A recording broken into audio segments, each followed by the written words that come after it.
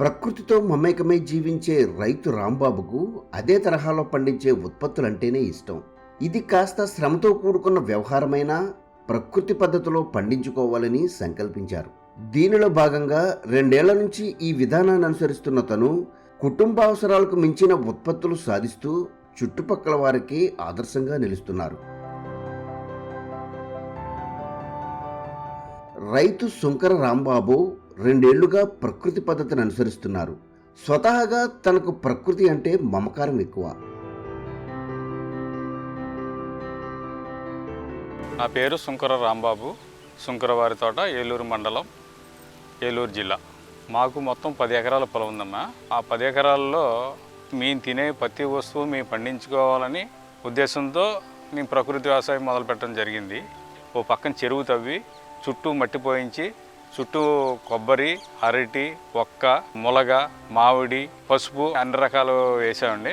అలాగే వాటితో పాటు కూడా కూరగాయలు కూడా పండించేవాళ్ళము. మనం తినే ప్రతి వస్తువు పండించుకోవాలని ఒక 2 ఎకరాల్లో ఒక 1/2 ఎకరం ఏమో దెబ్బ పోయించి పళ్ళ రకాలు పెట్టామండి. గోశాల వేసి ఆవుకి షెడ్డు, అలాగే క్రితం సంవత్సరాలు 5 రకాల వరి ధాన్యాలు పండించాము.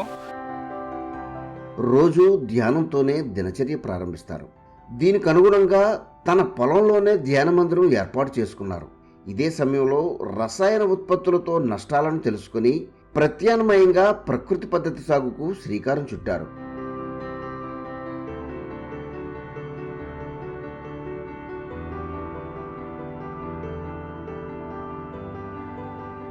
దీనిలో భాగంగా రైతు రాంబాబు 2 ఎకరాల భూమిలో ఈ సాగుకు నిర్ణయించారు. ఎకరం విస్తీర్ణంలో ఏ గ్రేడ్లో వరితో పాటు గట్లుపై కూరగాయలు, ఆకుకూరలు, పండ్ల మొక్కలు, అపరాలతో పాటు ఎర్రపంటలు నాటుకున్నారు. అరెకరా విస్తీర్ణంలో 5 అంచెల విధానంలో అన్ని రకాల పండ్ల మొక్కలు వేసుకున్నారు. ఎకరంలో పండించేటప్పుడు ఒక 20 సెంట్లు చెరువు తవ్వించాము. చెరువు తీసుకుని చుట్టూ ఇప్పుడు ఏంటంటే పక్క పొలాల ఎరువులు వేసిన రైతులు నీళ్లు మా దాంట్లోకి రాకూడదు. రాకుండా ఉండాలంటే ఆ చెరువు తవ్వి ఆ మట్టి అంతా పొలానికి చుట్టూరు గట్ల మీద వేసాం. ఆ చుట్టూరు వేయడం వల్ల ఖాళీగా ఉంచడం ఎందుకని కొబ్బరి, అరటి, ఒక్క, ములగ, మామిడి, పసుపు, అలాగే కూరగాయలు కూడా పండించాము. దానివల్ల ఉపయోగం ఉంది.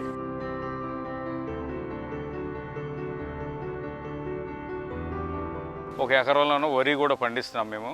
క్రితం సంవత్సరాలు 5 రకాల వరి ధాన్యాలు పండించాము. కానీ ఈ 5 రకాలు వేసి మళ్ళీ సపరేట్గా నూర్చాలంటే ఇబ్బంది అవుతుందని ఈ సంవత్సరం ఏంటంటే 2 రకాలకే వచ్చాము. అట్లాగే మేము తినే వస్తువు మాకు తృప్తిగా మా నోట్లోకి వెళ్తుందనే ఉద్దేశంతో మేము పండించుకుంటున్నాము. వరి పండించిన ఆదాయం కాకుండా ఇతర ఆదాయాలు కూడా వస్తున్నాయి మనకి. మన ఇంట్లో తినే కూరగాయలు వస్తున్నాయి, పళ్ళ రకాలు కూడా మాకు అందరితో పాటు కొనుక్కునే పని ఉండదు. మేము మా ఫామ్లో అయ్యి మేము తింటాం.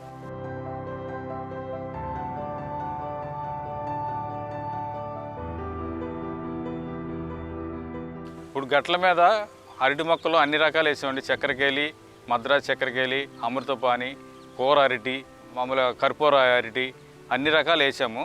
కానీ బయట కొనుక్కున్న దానికి వీటికి బోల్డ్ డిఫరెన్స్, టేస్ట్ తేడా కనబడుతుందమ్మా.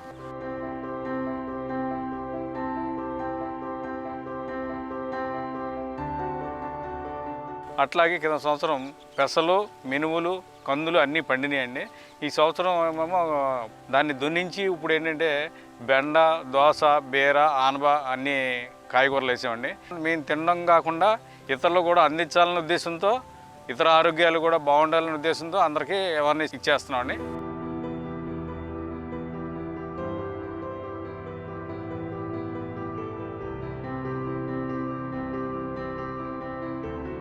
మొక్కలకు అవసరమైన నీటిని డ్రిప్ ద్వారా సరఫరా చేస్తున్నారు.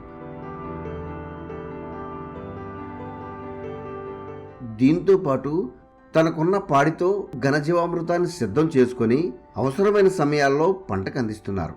అదేవిధంగా 15 రోజులకు ఒకసారి ద్రవజీవామృతాన్ని మొక్కలకు నేరుగా అందిస్తున్నారు. ఈ విధంగా రైతు సాధికార సంస్థ రాజీలేని సూత్రాలను సాగులో అమలు చేస్తున్నారు. నాకున్న ఒక ఆవుతోటే ఈ ప్రకృతి వ్యవసాయం, ఈ 2 ఎకరాలు ఆవు మూత్రం, ఆవు పేడ దానికే ఉపయోగించి చేస్తున్నాము. ప్రకృతి వ్యవసాయంలో జీవామృతం మేము తయారు చేస్తున్నామండి. ఒక 500 కేజీలు ఆవు పేడ వేసామండి.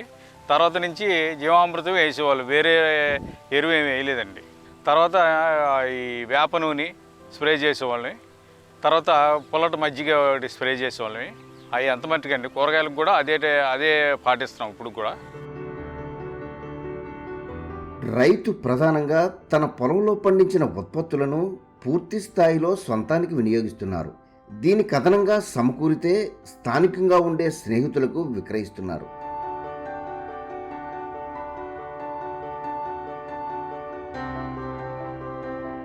ఈ విధంగా 2 ఏళ్ల నుంచి ప్రకృతి ఉత్పత్తులతో రాంబాబు మెరుగైన ప్రయోజనం పొందుతున్నారు. ఈ విషయం తెలుసుకున్న తోటి రైతులు ఆయన్ని అనుసరించేందుకు ముందుకు వస్తున్నారు. గమనిక ఏంటంటే, మీకు 10 ఎకరాలు ఉందనుకోండి, 1 ఎకరంలో మీ వంతు మీరు పండించుకోండి. మీ కుటుంబంలో మీరు ఆరోగ్యకరంగా ఉండండి, ఇతరులను కూడా ఆరోగ్యకరంగా చేయండి. అదే నా మనవి.